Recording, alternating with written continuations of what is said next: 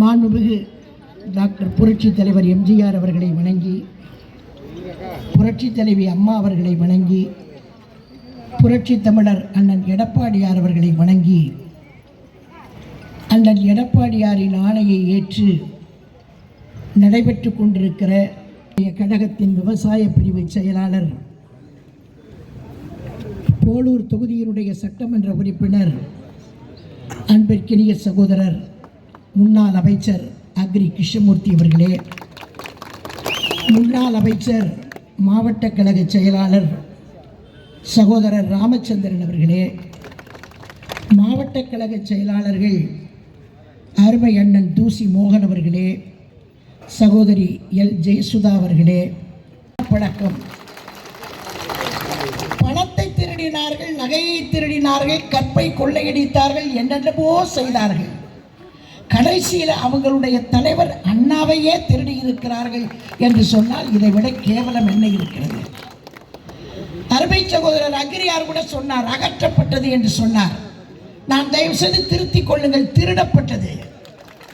நான் கேட்க விரும்புகிறேன், சிலை அகற்றப்பட்டிருக்கிறது, திருடப்பட்டிருக்கிறது என்று சொல்லுகிற போது இந்த பிரச்சனையை நம்முடைய மாவட்ட கழக செயலாளர் முன்னாள் அமைச்சர் அருமை சகோதரர் கிருஷ்ணமூர்த்தி அவர்கள் கலெக்டரிடத்திலே சொல்லியிருக்கிறார், எஸ்பி இடத்திலே சொல்லியிருக்கிறார். அதே போல அதிகாரிகள், பொதுப்பணித்துறை அதிகாரிகளிடத்திலே சொல்லியிருக்கிறார், மாநகராட்சி அதிகாரிகளிடத்திலே சொல்லியிருக்கிறார். இவ்வளவு பேரிடத்திலே சொல்லியும் கூட, புகார் அளித்தும் கூட திருடியவன் யார் என்று கண்டுபிடிக்க முடியவில்லை. ஆனால் இந்த கூட்டத்தின் வாயிலாக இந்த 4 பேருக்கும் நான் சொல்லுவது, திருடப்பட்ட குற்றவாளியை நாங்கள் எல்லாரும் சேர்ந்து கண்டுபிடித்து விட்டோம். தயவு செய்து இன்றைக்கு இரவே நீங்கள் போய் கைது செய்து கொள்ளுங்கள். நீங்கள் என்ன சொல்லுவீர்கள்? அதிகாரிடத்திலே சொன்னால் உடனே சொல்லுவீர்கள், எங்களிடத்தில் ஆதாரம் இல்லை, பிடிக்க முடியவில்லை, ஆதாரம் இல்லை என்று. இவ்வளவு பேரை கூட்டி வைத்து நாங்கள் ஆதாரத்தோடு சொல்லுகிறோம், இந்த சிலையை திருடியவர் ஏவா வேலு என்று சொல்லுகிறோம். போய் கைது செய்யுங்கள், கைது செய்து விட்டு வாருங்கள். யார் தடுக்க போவது? சிலை அகற்றப்பட்டிருக்கிறது, சிலையை திருடி இருக்கிறார்கள். இத்தனை சம்பவத்திற்கு பிறகு அருமை சகோதரர்கள் எல்லாம் அண்ணன் கழக பொதுச் செயலாளர் எடப்பாடியாரிடத்திலே சொல்லி ஒரு ஆர்ப்பாட்டம் நடத்த வேண்டும் என்று உத்தரவு போட்டு நடந்து கொண்டிருக்கிறது. இன்றைக்கு நடைபெறுகிறது என்று தெரிந்தவுடன் நேற்றைய தினம் அவசரமாக பத்திரிகை டிவி எல்லாம் கூப்பிட்டு உட்கார வச்சு ஒரு கிண்டல் சிரிப்பு, ஒரு கேலி சிரிப்பு, எல்லாரையும் பார்த்து ரொம்ப நகைச்சுவையா இருக்கு, இதை ஆர்ப்பாட்டம் நடத்துறதுக்கு நகைச்சுவையா இருக்குன்னு இவ்வளவு பேர் அண்ணா திமுக தொண்டை கூடி உங்களுக்கு எச்சரிக்கை பண்றது நகைச்சுவைன்னா, 2026 உங்களை துரத்த போகிற நாள் மக்கள் அன்றைக்கு நகைச்சுவையாக எடுத்துக் கொள்வார்கள். நான் தயவு செய்து கேட்கிறேன், அண்ணா என்பது சாதாரண உறவா? அண்ணா என்பது எப்பேற்பட்ட உறவு? அந்த அண்ணாவுடைய சிலையை அகற்றுவதற்கு என்ன அவசியம்? அவர் சொல்றார், நேற்றுக்கு பேட்டியில நான் முழு பேட்டியும் பார்த்தேன். அவர் சொல்றார், சொல்லும்போது புனரமைப்பு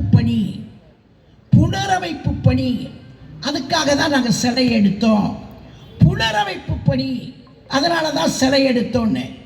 நான் கேட்க விரும்புகிறேன், இதை மூளையில் தான் இருக்கு அந்த சிலையை, நீங்கள் எல்லாம் பார்த்துருப்பீங்க.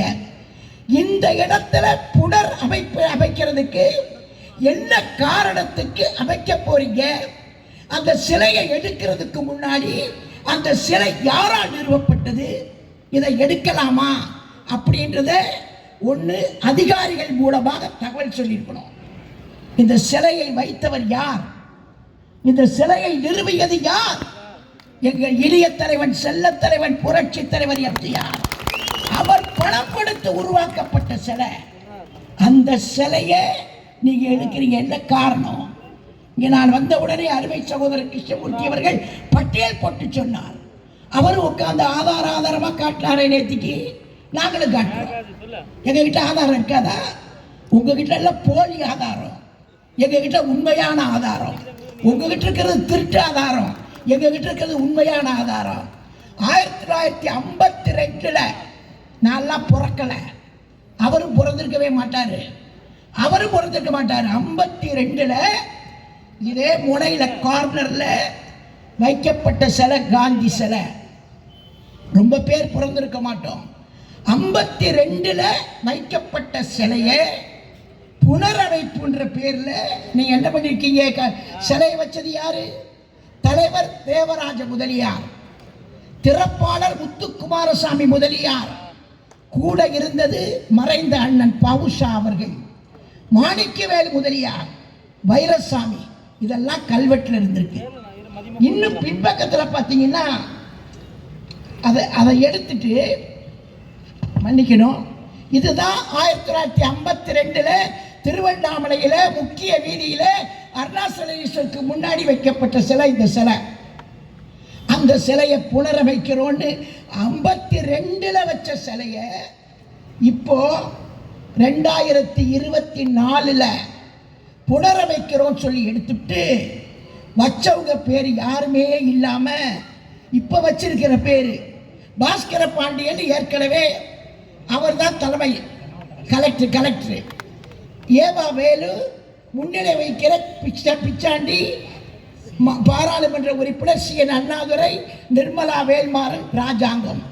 இது இந்த கல்வெட்டில் இடம்பெற்றிருக்கு. அதுக்கு பிறகு அந்த பிச்சாண்டி பேரையை எடுத்துட்டு இவன் தனியா வச்சுக்கிட்டானுங்க. பிச்சாண்டியே இல்லை. நான் கேட்கிற பிச்சாண்டியை பார்த்து நீ இன்னும் திமுக இருக்கணுமா?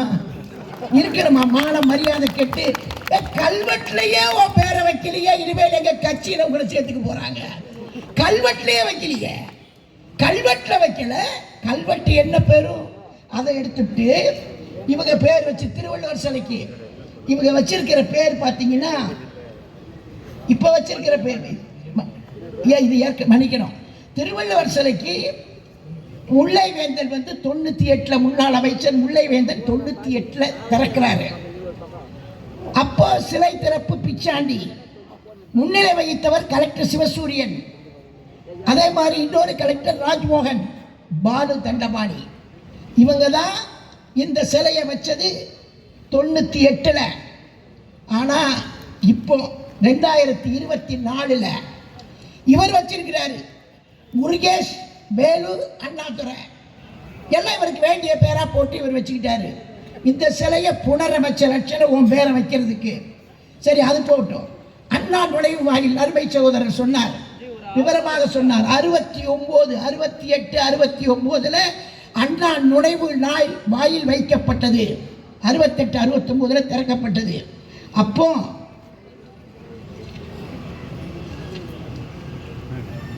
அதுக்கு பிறகு பார்த்தீங்கன்னா அந்த நுழைவு வாழையை இடிச்சிட்டு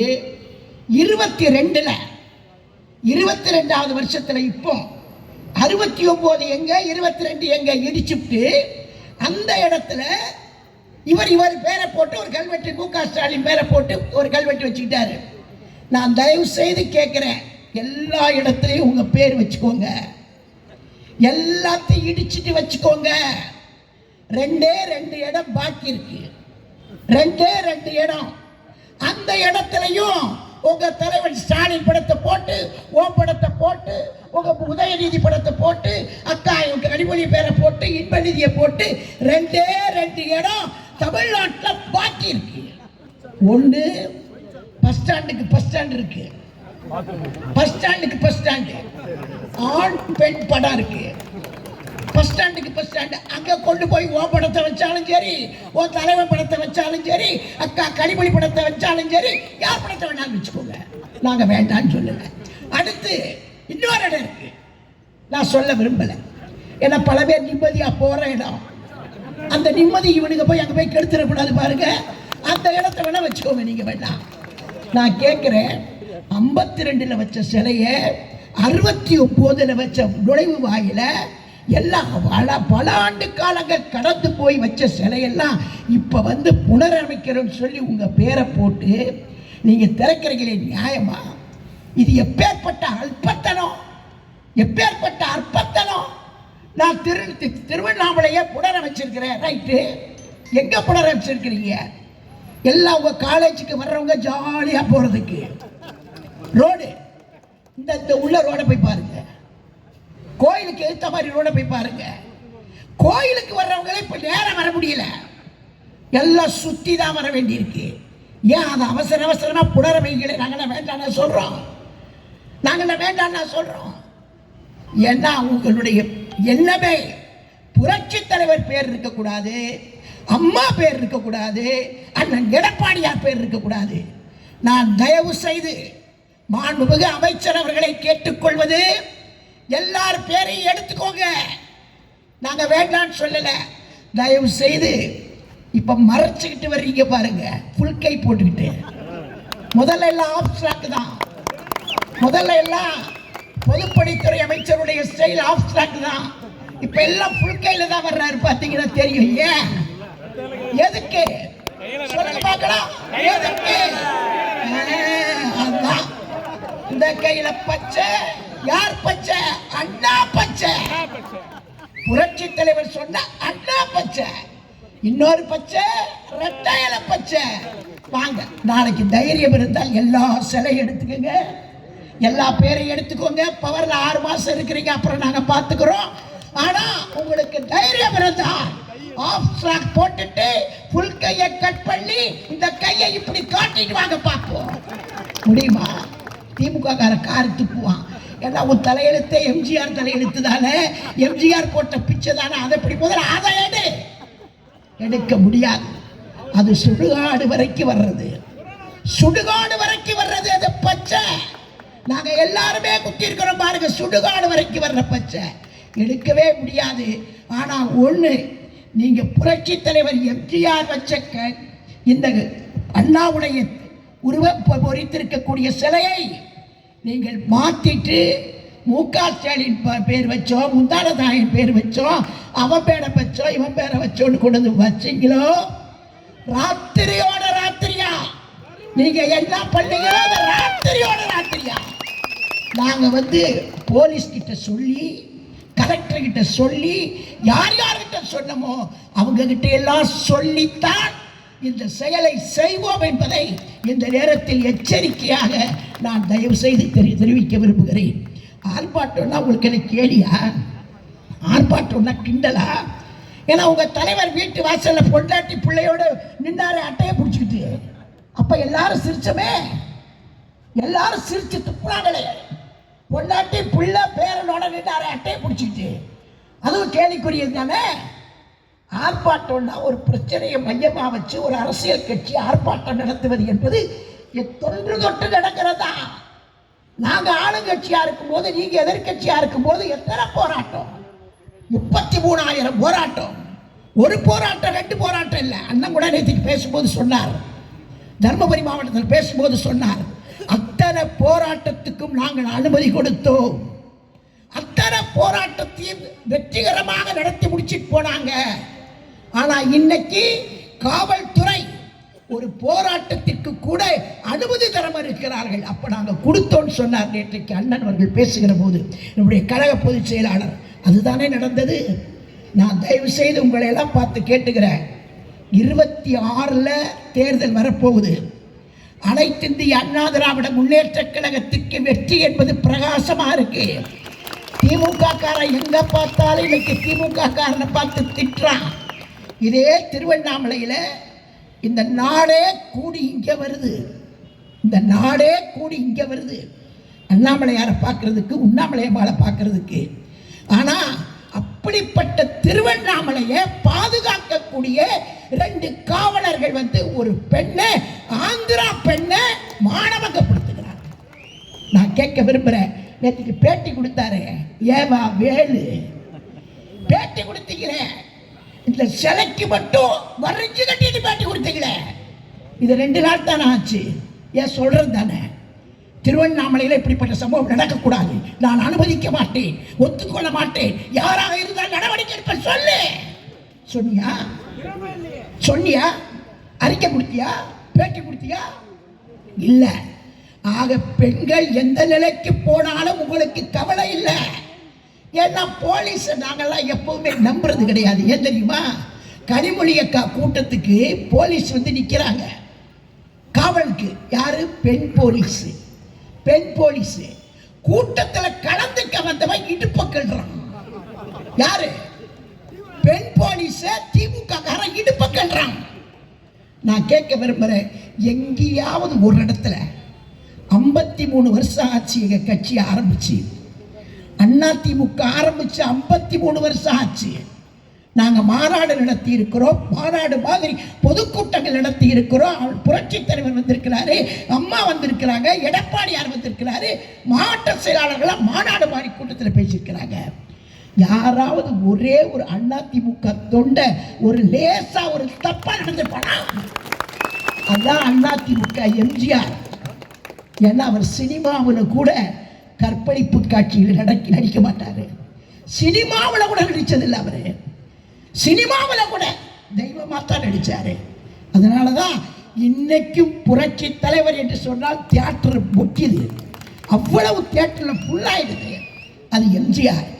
அம்மா இருக்கும் போது யாராவது ஒருத்தன் ஒரு பொம்பளை மேல கை வச்சு போனா கையை வெட்ட சொல்லி உத்தரவு போட்டுருவாங்க, கையை வெட்ட சொல்லுவாங்க. அம்மா இருக்கும் போது இன்னைக்கு கூட பெண்கள் என்ன தெரியுமா பேசுறாங்க? இவ்வளவு கற்பழிப்பு சம்பவங்களுக்கு இந்நேரம் அம்மா இருந்திருந்தாங்கன்னா அறுத்த 6 கூர் போட்டிருப்பாங்கன்றாங்க. இன்னைக்கு சொல்றாங்க. நான் கேட்க விரும்புறேன், இந்த திருவண்ணாமலையில அண்ணன் எடப்பாடியார் இருந்தார் 4.5 வருஷம். அசம்பாவிதங்கள் நடந்திருக்குமா? இப்படி கேவலமான குற்றங்கள் நடந்திருக்குமா? இங்க திருவண்ணாமலை எப்பேற்பட்ட இடம். திருவண்ணாமலை ஆந்திராவில் இருக்கக்கூடிய காரி துப்புறாங்க. ஆந்திரா மந்திரிகள் எல்லாம் கேவலமா பேசுறாங்க.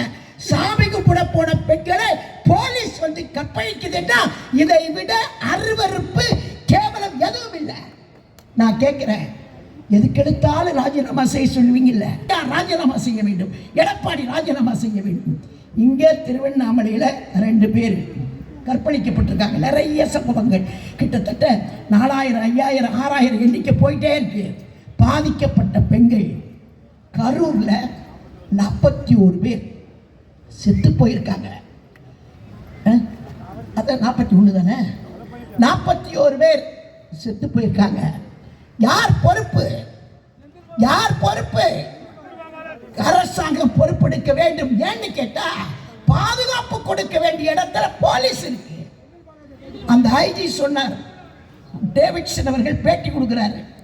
என்ன பேட்டி கொடுக்கிறாருன்னா, நாங்க 20 பேர் போலீஸின் கணக்கு போட்டிருக்கோன்னு. கொஞ்சம் அப்படியே திரும்பி பாருங்க. இங்க நிக்கிறது 5000 பேர் நிக்கிறீங்க.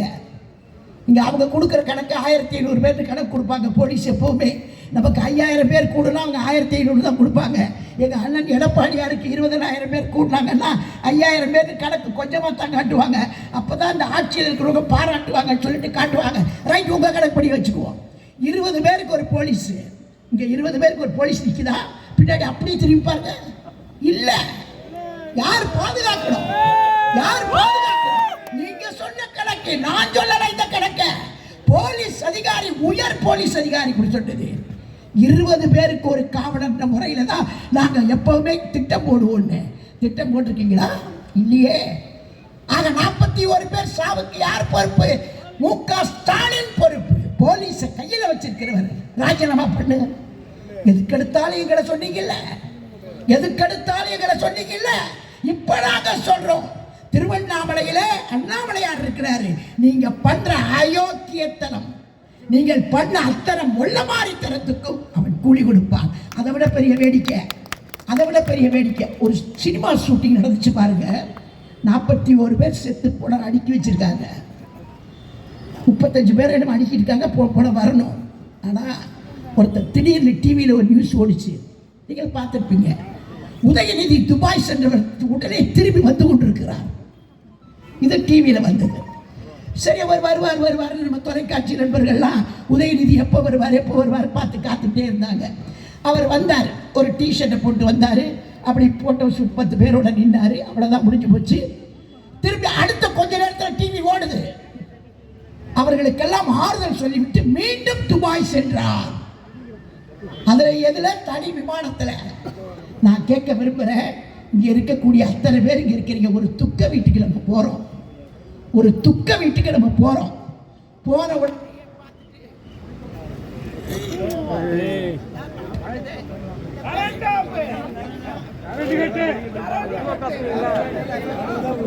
இங்க மட்டும் தான் கட்டாயம், எல்லா இடத்துலையும் கட்டப்பா.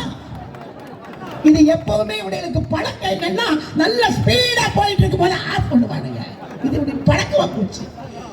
அவர் திரும்ப இப்ப பார்த்தேன், ஒரு துக்க வீட்டுக்கு போறோம். நம்ம ஒரு துக்க வீட்டுக்கு போனா அட்லீஸ்ட் ஒரு 1/2 மணி நேரம் 3/4 மணி நேரம் உட்கார்ந்துருந்து அவங்க சம்மந்தப்பட்டவங்களை எல்லாம் பார்த்து ஆறுதல் சொல்லிட்டு, நீங்க ஒன்றும் கவலைப்படாதீங்க, தைரியமா இருங்க, நாங்கள் பார்த்துக்கிறோம், உங்களுக்கு உதவியா இருக்கும் சொல்லிட்டு போவாங்க. உட்காந்துட்டு தானே போவாங்க. இவர் வந்தாரு, வந்தது தெரியல, பார்த்தாரு, உடனே துபாய் போயிட்டாரு. இவர் தமிழ்நாட்டுக்கு துணை முதல் மந்திரியா இல்ல துபாய்க்கு துணை முதல் மந்திரியா இருக்கணுமா இல்லையா? அத ஒரு டிவியில போய்விட்டார், வந்து கொண்டிருக்கிறார். நான் கேட்க விரும்புறேன், 41 பேர் செத்த கொடுமையில கண்ணீரின் கம்பளை வாங்க இருக்கிறாங்க.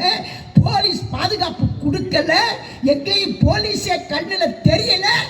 நேற்றைக்கு கூட அண்ணன் எடப்பாடியார் பேசுகிற போது சொன்னாங்க, நேற்று கூட்டத்தில், இன்னைக்கு தான் போலீஸ் என் கண்ணுக்கே தெரியுது. 41 பேர் செத்ததுக்கு பிறகுதான் போலீஸ் இப்ப கண் திறந்திருக்கிறாங்க, அது வரைக்கும் திறக்கல. நான் கேட்க விரும்புறேன், இந்த ஆட்சி உங்களுக்கு தேவைதானா? இந்த ஆட்சி தேவைதானா? கொலை, கொள்ளை, கற்பழிப்பு அத்தனை நடக்குது இந்த ஆட்சியில. சிலையை திருடிட்டு போறானுங்க, விலைவாசி ஏற்றம், எல்லாவற்றுக்கும் முற்றுப்புள்ளி வைக்கணும்னா 2026ல நீங்க எல்லாருமே ஒரு மனதோடு, நிலைத்த ஒரு இதயத்தோடு அண்ணன் எடப்பாடியார் தான் மீண்டும் தமிழ்நாட்டினுடைய முதலமைச்சராக வர வேண்டும் என்று உறுதி எடுத்து இந்த கூட்டத்தின் மூலமாக இந்த சிலையை திருடியவர்களை காவல்துறை கண்டுபிடிக்க வேண்டும் என்று எச்சரித்து விடைபெறுகிறேன். நன்றி, வணக்கம்.